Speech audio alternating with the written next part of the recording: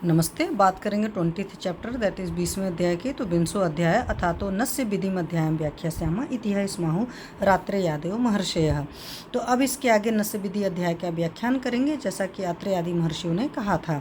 तो नस्य साध्य विकार कौन कौन से हैं? ऊर्ध्वचतुर विकारेषु विशेषान नस्य नस्यम इष्यते नासा ही शीर्षोद्वारम तेन तद वाप्य हंति तान। तो जत्रु से ऊपर के रोगों में विशेषकर नस्य बरता जाता है क्योंकि सिर का द्वार नासा है। इस नासा मार्ग से नस्य सिर में फैलकर उन लोगों को नष्ट करता है। तो जो नासा मार्ग से नस्य दिया जाएगा वो पूरे सिर में फैलेगा। शरीर में भी हालांकि काम करता है बहुत सारी जगह, बट ऊर्ध्व जत्रुगत विकारों के लिए नस्य बेस्ट ट्रीटमेंट है।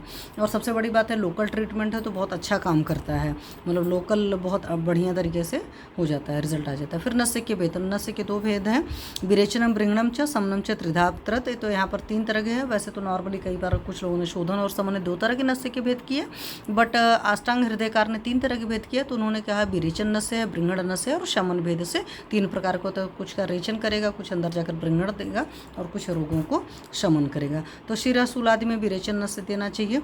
तो विरेचनम शिरशूला जाड्य गलामय शोफ गंड कृमि ग्रंथि कुष्ठ अपस्मार पीन से। तो विरेचन नस्य कहाँ कहाँ देना है? सिर के मूल में, सिर की जड़ता में, अभिषंध है, नेत्र रोग है, गल रोग है, शोफ है, गंड है, कृमि है, ग्रंथि है, कुष्ठ है, पस्मार और पीनस में, क्योंकि जो कचड़ा है वो निकल जाए तो यहाँ पर विरेचन नस्य देने की ज़रूरत है। वातज शूल अगर होता है तो उसमें बृंगण नस्य देना होता है। तो बृंगणम वातजे शूले सूर्यावर्ते स्वरछे नासास्य सोसे वाक संज्ञे कृच्छ बोधे अबाहुके। तो बृंगण नस्य वातजन्य सिरा शूल में देते हैं, सूर्यावर्त में देते हैं, स्वरछय वगैरह बोलने वगैरह में तकलीफ हो रही है आप वहाँ पर दे सकते हैं। नासा और आस्य सोस में मुख सूखा जा रहा है तो वहाँ पर भी बृंगण नस्य देना है। बाणी की जड़ होने पर देना है। कठिनाई से नेत्र खोलने में अगर बात हो रही है तो वहाँ पर देना। और बाहुक रोग जैसे फ्रोजन शोल्डर में दे सकते हैं। तो फ्रोजन शोल्डर में अगर आप क्षीरबला का तेल देते हैं, आड़ू तेल का नस्य देते हैं तो आपको बहुत बढ़िया काम करेगा। कुछ लोग को प्रॉब्लम होती है कठिनाई से, उनके नेत्र खुलते हैं, तो वैसी सारी जगह भी आप क्या देंगे? बृंगण नस्य देंगे। फिर नीलिकादि शमन नस्य देंगे। जो चेहरे हुए दुनिया भर के दाग झाइयाँ वगैरह पड़ती तो शमनम नीलिका व्यंग केश दोष अच्छी जरासी। तो जो भी आपको हेयर फॉल वगैरह हो रहा है तो वहाँ पर भी इस तरह के, तो नीलिका व्यंग केश रोग, बालों का गिरना और पकना तथा अच्छी राजी में आंखों में रेखा के बाहर सिराय होने पर बरतना चाहिए। तो शमन नस्य का मतलब होता है जैसे डिसीज़ हो वैसी कंडीशन के हिसाब से। मान लो अगर हेयर फॉल वगैरह हो गया तो नीली भृंग आदि तेल वगैरह से शमन नस्य कराते हैं। इसी तरीके से कुमकुमादि तेलम वगैरह से भी करा सकते हो। अदरवाइज उसको अलग चीज़ों से घृत सिद्ध करके दे सकते हो। आप यष्टि मधु घृत का जो है उससे नस्य दे सकते हो। तो वो सब सारी चीज़ें बहुत बढ़िया काम करेगा। आप आंवला जो है उसका भी बना सकते हो घृत, उससे भी दे सकते हो। आप विभितक का घृत बना सकते हो, उससे भी दे सकते हो, उससे तेल बनाकर भी दे सकते हो। इस तरीके से चीज़ें हो सकती है। फिर विरेचन नस्य की औषधि क्या है? यथा सोम योग्य स्नेहर या सोम च प्रसादित है कल्क क्वाथादि विश्चाद्यम मधुपटवास वरय अपि। तो जो स्नेह जिन जिन दोषों के लिए यौगिक उचित हों एवं दोष तथा रोग के अनुसार मरीच सोंठ आदि से संस्कृत हों अथवा कल्क क्वाथ आदि से, मधु व सिंधा नमक से तथा आसों से भी विरेचन नस्य देना चाहिए। और बृंगण और समन नस्य की क्या औषधि है? तो देखते हो आप शुंठी का अकेले भी नस्य दिया जाता है, शुंठी के अदरक का नस्य दिया जाता है। तो अदरक का नस्य हम वहाँ पर देते हैं जैसे गायनी की कोई प्रॉब्लम होती है, खास करके इनफर्टिलिटी के इश्यूज़ में भी देते हैं। पीरियड का फ्लो अच्छे वगैरह से नहीं हो रहा है तो वहाँ पर भी देते हैं। कई बार आप मरीच का भी नस्य दे सकते हो, मरीच का प्रथमन नस्य वगैरह दिया जाता है। तो इस तरीके से बहुत सारे नस्य दिए जाते हैं। फिर बृंगण और समन नस्य की क्या क्या औषधि है? तो बृंगणम धन्वमासोथ रसाश्रिक पुरैरपि शमनम योजेत पूर्व क्षीरण सलिलेन वा। तो बृंगण रस में जांगल मांस से बनाए रस से दिया जा सकता है, रक्त से दिया जा सकता है तथा गोद तथा अन्य अतीक्ष्ण स्नेह जो होता घी आदि से भी देवें। शमन नस्य जांगल मांस रस आदि से या पूर्वोक्त घी तेल से दूध एवं पानी आदि से देना चाहिए। फिर नस्य के प्रकार तो यहाँ पर 3 था। एक तो विरेचन था, बृंगण था और शमन नस्य था। फिर नस्य के मर्चस्य प्रतिमर्चस्य द्विधा स्नेहो अत्र मात्रया कलक दैरव पीडस्तु सतीक्ष्ण मूर्ध रेचने ध्यमापनम विरेचन चिरुणो। तो मात्रा के विचार से स्नेह नस्य मर्सो प्रतिमर्श भेद से 2 प्रकार का। तो मात्रा का हिसाब सोचेंगे अमाउंट तो मर्सो प्रतिमर्श हो जाएगा। विभिन्न पत्र फल आदि के कल्क स्वरस आदि का नस्य औपीड कहलाता है। ये सब सारी चीज़ें देते हैं। यह मरीच आदि तीक्ष्ण द्रव्यों से प्रयुक्त होने पर शिरो विरेचक अन्यथा शामक अन्यथा शामक होता है। मरीचादि के चूर्ण को विरेचन के लिए फुत्कार से नासिका में देना धमापन या प्रधमन नस्य है। तो ये सब जहाँ पर उस तरह की प्रॉब्लम रहती है कई सारी जगह प्रधमन नस्य भी देते हैं, मतलब फूंकना होता है। फिर नस्य की प्रयोग विधि और फल क्या था? युज्यातम ततम युज्या ततम मुखवायुना षड अंगुली द्वि मुखया नाड्या भेषज गर्भया स ही भूरितरम दोषम चूर्णत्वाद अपकर्षति। तो प्रथमन नस्य में चूर्ण को गुख की वायु से नासा में प्रविष्ट करें। इसके लिए गुख वर्ड नहीं होना चाहिए, मुख की वायु से नासा में प्रविष्ट करें। इसके लिए 6 अंगुल लंबी दोनों ओर मुख वाली नाड़ी बनाकर उसमें औषध भरकर फूंक से नासा में देवें। यह औषध चूर्ण होने से दोष को अधिक मात्रा में खींचती है। तो जैसे बहुत ज़्यादा सीवियर जुकाम वगैरह भी हो रखा है तो उस वक्त भी इस तरह की चीज़ें दे सकते हैं। खास करके सांस वगैरह लग रहा है, कम आ रही तो तुरंत उस वक्त दिया जा सकता है, मतलब अच्छे से सांस नहीं ले पा रहे हैं। मर्स स्नेह का परिमाण तो प्रदेशिन अंगुली पर्व द्वान मग्न समुद्रितात यावत पतति असौ बिंदुर दश अष्टो षट क्रमेणत मर्ष उत्कृष्ट मध्योना मात्रास्ता ये च क्रमात् बिंदुर द्वयोना कलकादे। तो तर्जनी अंगुली के 2 पर्वों को द्रव में डुबोकर निकाल लेने से जितना यह स्नेह सुरस गिरता है उसका नाम बिंदु है। इस प्रकार अंगुली से नासा मोशर टपकाना मर्स कहलाता है। मर्स नस्य में 10 बिंदु उत्कृष्ट मात्रा, 8 बिंदु मध्य मात्रा और 6 बिंदु ह्रस्व मात्रा है। और पीडक नस्य से कलकाद की 8 बिंदु उत्तम मात्रा, 6 बिंदु मध्यम मात्रा और 4 बिंदु ह्रस्व मात्रा है। और आजकल हम लोग इस तरीके से नहीं देते हैं, इस तरीके से भी दे सकते हैं। नस्य के प्रॉपर यंत्र आते हैं, नस्य के यंत्र से दे सकते हैं। अदरवाइज आपकी जो सिरिंज होती है आप सिरिंज से भी दे सकते हैं, और ड्रॉपर वगैरह वाले जो आते हैं आप ड्रॉपर से भी दे सकते हैं। फिर नस्य के अयोग्य व्यक्ति कौन कौन से लोग हैं जिनको नस्य का सेवन नहीं करना चाहिए? तो यहाँ योजन तू नामनम तोय मध्य गर स्नेह पीता नाम पातुम इच्छिताम भुक्त भक्त शिरः स्नातु काम श्रुता सृजाम नौ पीनस बेगार्थ सुतिका श्वास काशिनाम शुद्धानाम दत्तवस्तीनाम तथा अनार्थ व दुर्दिन्य अन्यत्र आत्ययिकाद व्याधे। तो क्या नस्य का निषेध? जिन्होंने पानी मध्य गर्भी से या स्नेह पिया हो, अभी तुरंत पानी वगैरह पी करके नहीं लेते हैं, अथवा जिनको पीने की इच्छा हो, प्यास लगी हो तो भी नहीं लेना है। जिन्होंने भोजन किया हो तुरंत खाना खा करके भी नहीं लेना चाहिए। सिर सहित स्नान किया हो कि सिर सहित स्नान किया तो तुरंत नस्य नहीं लेना है, या स्नान की जिनको इच्छा हो, जिनको रक्तस्राव किया गया है, जिनका जैसे फिर नूतन पीनस रोग से पीड़ित है, नूतन पीनस रोग में नहीं दिया जाता है, पुराने क्रॉनिक में दिया जाता है। इस बात को ख्याल रखना चाहिए। मल मूत्र आदि का वेग होने पर, सूतिका श्वासकाश से पीड़ित होने पर होता है। सूतिका को भी देखो नहीं देना होता, गर्भिणी को भी नहीं देना होता, बमन विरेचन से शुद्ध हुआ होता है। जिनको बस्ती दी गई हो तो बस्ती देने के बाद में नस्य नहीं लेना होता, इस बात का ख्याल रखना चाहिए। तो ये निषेध में आता है। ऋतु के बिना जिस दिन बादल आया हो तो उस दिन भी नहीं देना चाहिए। इसको बिना तेग रोग के नस्य नहीं देना चाहिए। अवस्था में नस्य देने से हानि होती है। तो इन सारी चीज़ों का ख्याल रखना चाहिए। तो कई बार एकदम अलग तरीके से प्रोसीजर करिए तो ज़्यादा बेहतर होता है। फिर नस्य के योग्य काल तथा दोष क्या है? अथ नस्य प्रयोजित प्रातः श्लेष्मणि मध्याह्न पितम सायं निशोच्चले स्वस्थ वृत्ते तु पूर्वाने शरत्काल वसंतयो शीते मंदे दिने ग्रीष्मे सायं वर्षासु स आतपे।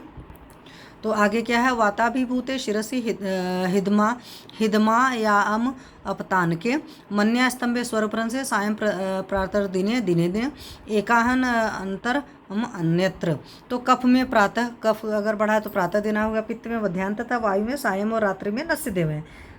स्वस्थ अवस्था में शरत और बसंत के पूर्वान में नस्य देना चाहिए। शीतकाल में मध्याह्न समय में, ग्रीष्म काल में सायं काल में, वर्षा काल में जो सूर्य दिखता हो तब नस्य देना चाहिए। वात से आक्रांत सिरोरोग में, हिक्का में, अपतानक में, मन्यास्तंभ में तो सर्वहंस में प्रतिदिन सायं और प्रातः नस्य देवें। अन्य अवस्थाओं में एक दिन छोड़ करके नस्य देना चाहिए। फिर क्या है? सप्ताहम च तद आचरित, नस्य को 7 दिन तक करना चाहिए। फिर नस्य की विधि क्या है?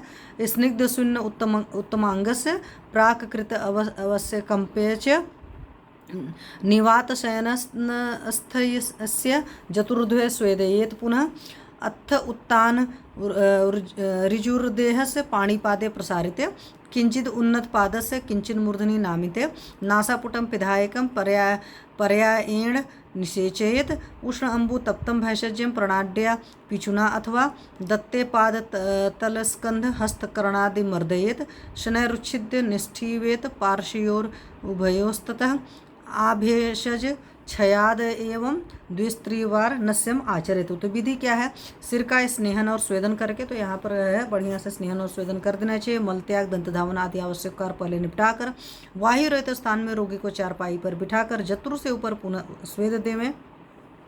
उत्तानचित पीठ के भार सीधा शरीर को रखकर हाथ और पैर को फैला करके पायते को कुछ ऊंचा रखकर सिर को कुछ थोड़ा सा नीचा करें।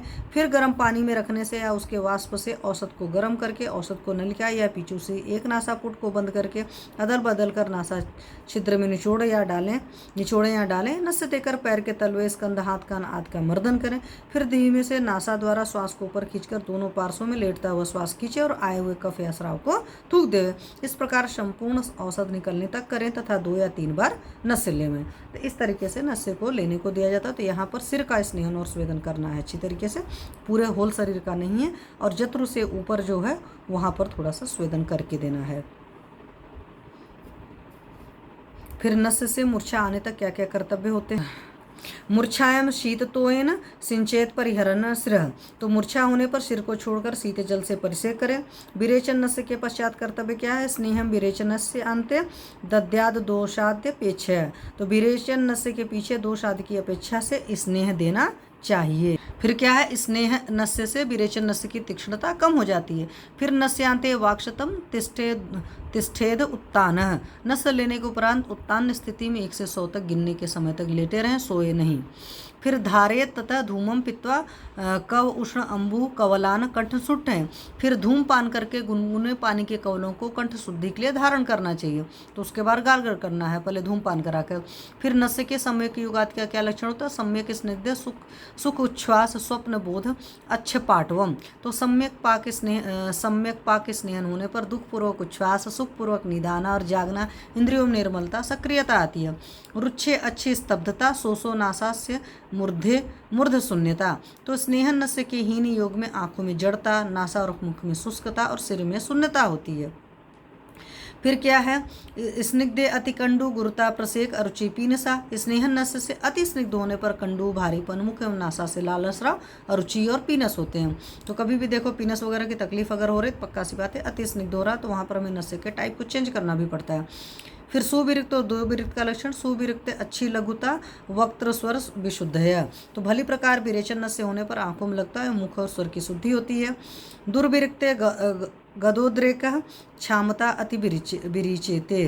तो भली प्रकार विरेचन न होने पर रोग बढ़ता है और अति विरेचन से ग्रस्ता हो जाती है। फिर प्रतिमर्श का विषय क्या है, प्रतिमर्श क्षतक्षाम बाल वृद्ध सुखात्मसु प्रयोज्य अकाल वर्षे अपि। प्रतिमर्श नस्य जो होता है उरक्षत, निर्बल, बालक, वृद्ध तथा सुखी जीवन व्यतीत कर अनार्थों दुर्दिन में भी देना चाहिए। तो प्रतिमर्श की मात्रा इतनी कम होती है कि कोई नुकसान नहीं करता है। और प्रॉपर जो नस्य होता है उसमें मात्रा अधिक होती है, तो वहाँ पर ज़्यादा ख्याल रखना पड़ता है। फिर दुष्ट पीनस में उसका निषेध क्या है, न तु इष्टो दुष्ट पीनसे मद्यपीते बल स्रोत्रे कृमि दूषित मूर्धनि उत्क्लिष्टो अक्लिष्ट दोषे च हीन मात्रतया ही स। दुष्ट पीनस में प्रतिमर्श नहीं देना चाहिए। दुष्ट पीनस जो होता है उसमें प्रतिमर्श मतलब मात्रा में काफ़ी कम होता है, नहीं देना चाहिए। मद्यपान के बाद बहरेपन में, सिर में कृमि होने पर, बढ़े हुए तथा चलायमान में दोष की अवस्था में प्रतिमर्श नस्य हीन मात्रा में होने से नहीं देना चाहिए।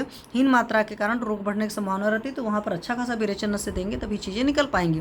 प्रतिमर्श का काल तथा मात्रा, निशाहार भुक्त वांता स्वप्र अध्वश्रम रेतसाम सिरो अभ्यंजन गंडूष प्रस्राव अंजन वर्चसाम दंतकाष्ठस्य हास्यस्य योज्यो आंतेसो द्विबिंदुकः। तो प्रतिमर्श होता है, चाहे रात्रि में दे सकते हैं या दिन में भोजन के बाद, वमन करके, दिन में सोकर, मुसाफरी, थकान में, स्त्री प्रसंग करने पर, सिरोभ्यंग, गंडूस, मूत्र त्याग, अंजन, मल त्याग व दातुन करके तथा हास्य के उपरांत इन 15 अवस्थाओं में प्रतिमर्श से 2 बिंदु मात्रा में बरतना चाहिए। तो आप देख रहे हो प्रतिमर्श किसी भी वक्त में दिया जा सकता है, तो उसकी मात्रा कम होती है, इसलिए कोई परेशानी ज़्यादा नहीं होती। फिर प्रतिमर्श का फल क्या है, पंचसु स्रोतसाम शुद्धि, कृमिनाश स्त्रीसु क्रमात्, दृग बलम पंचसु ततो दंतडाढ़ मरुच्छम। तो प्रथम मतलब भोजन से दिवा स्वप्न पर्यंत 5 कालों में प्रतिमर्श देने से स्रोतों का शोधन होता है। अगले 3 अध्योश्रम और स्त्रीश्रम कालों में नस देने से थकान मिटती है। अगले 5 शिरोभंग से मल त्याग पर्यंत कालों में बरतने से आंखों की दृप्ति बढ़ती है। आगे दांतों में दृढ़ता होती है और हास्य के बाद वायु की शांति होती है। तो इन सब सारे कार्यक्रम के बाद आप अच्छे से दे सकते हैं। अवस्था अनुसार नस्यादि का विधान क्या है? न नस्य मून सप्ताब्दे नाति नाति ताशीति वत्सरे न चो च ऊना अष्टादशे धूम कवल नोन पंचमे न शुद्धि ऋण दशमे न चाति क्रांत सप्ततौ। तो 7 वर्ष से कम तथा 80 वर्ष के उपरांत आयु में नस्य नहीं देना चाहिए। 18 वर्ष से कम आयु वालों को धूम नहीं देना चाहिए। 5 साल से कम आयु में कवल नहीं देना चाहिए। कवल मतलब गार्गलिंग वाला जो तरीका है। 10 साल से कम और 70 साल के उपरांत आयु में वमन विरेचन द्वारा शोधन नहीं करना चाहिए। तो अगर 10 साल से कम है और 70 साल के ऊपर है तो वहाँ पर वमन विरेचन भी नहीं देना है। फिर प्रतिमर्श का सर्वदा प्रयोग क्या क्या है? आजन्म मरणम सस्ता प्रतिमर्श बस्तिवत मर्ष मंच गुणांत कुर्यात से ही नित्य उपसेवनात् न चात्र यंत्रणानापि व्यापद भवो मर्ष वध भयम। तो प्रतिमर्श नस बस्ती की भांति जन्म से लेकर मृत्यु पर्यंत उत्तम है। नित्य सेवन करने से मर्श नस्य की भांति गुणकारी है। इसमें न तो किसी प्रकार का कोई परहेज और न मर्श के समान अति अच्छी स्तब्धता आदि किसी रोग का भय है। अब आगे है नस में तैल की श्रेष्ठता। तो तैलमेव च नस अर्थ है नित्य अभ्यासन सस्यते शिरसः श्लेष्मध आमत्वात स्नेहा स्वस्थस्य नेतरे। तो स्वस्थ पुरुष को नित्य प्रति बरतने के लिए नस्य में तैल ही उत्तम है, क्योंकि सिर कफ का स्थान होता था। दूसरे स्नेह इतने गुणकानी नहीं। तैल से कफ वृद्धि नहीं होती। अन्य स्नेहों से कफ वृद्धि होकर विकार उत्पन्न हो सकते हैं। तो कोशिश करना चाहिए हमेशा तेल का नस्य लेना चाहिए। मर्श तथा प्रतिमर्श के क्या भेद हैं? आशुकृच चिरकारित्व गुणोत्कर्षापकर्षता मर्षे च प्रतिमर्षे च विशेषेण भवेद्यदि को मर्षे सपरिहारम सापदम च भजेत तथा अच्छपान विचाराख्यो कुटीवातात स्थिति अन्वावास मात्रा बस्ती च तद्वदेव विनिर्देशित। तो मर्श नस्य शीघ्रकारी एवं गुणों में उत्कृष्ट है। प्रतिमर्श देर में काम करने वाला और गुणों में हीन है। अन्यथा यदि मर्श और प्रतिमर्श में कोई भेद न हो तो कौन मनुष्य परहेज वाले एवं आपत्ति युक्त मर्श नस्य का सेवन करेगा? जिस प्रकार की अच्छे स्नेह पेय और विचारणा स्नेह पाने या कुटी प्रवेश स्थिति और वातातापिक स्थिति अथवा अनुवासन बस्ती और मात्रा बस्ती में शीघ्र कारित्व और चिकारित्व गुणों की श्रेष्ठता और हीनता रहती है। इसी प्रकार मर्श एवं प्रतिमर्श में भी आशुकारित्व एवं गुणोत्कर्ष भेद रहता है, अतः रोगों में उसी का प्रयोग होता है। तो जब कोई रोग की अवस्था होती है तो हमेशा मर्श नस लीजिए, अदरवाइज ओवरऑल हमेशा डेली के लिए आप प्रतिमर्श नस से अच्छे से ले सकते हैं। फिर यहाँ पर अणु तेल के बारे में इन्होंने बताया। तो अणु तेल का क्या है? जीवंती जल देव दारू जलद तु वक्त्र वक सेव्य गोपी हिमम दारवी त्वंग वंगाधु कपल कपलव गुरु वरी पुंड्राह बिल्व उत्पलम धावन्यो सुरभि स्थिर कृमिहरम पत्रम त्रुटि रेणुकां किंजलकम कमलाद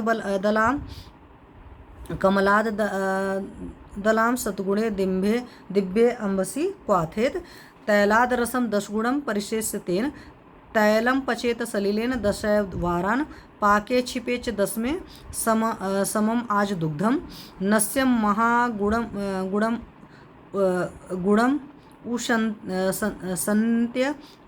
संत्यणु तैलम एतत्।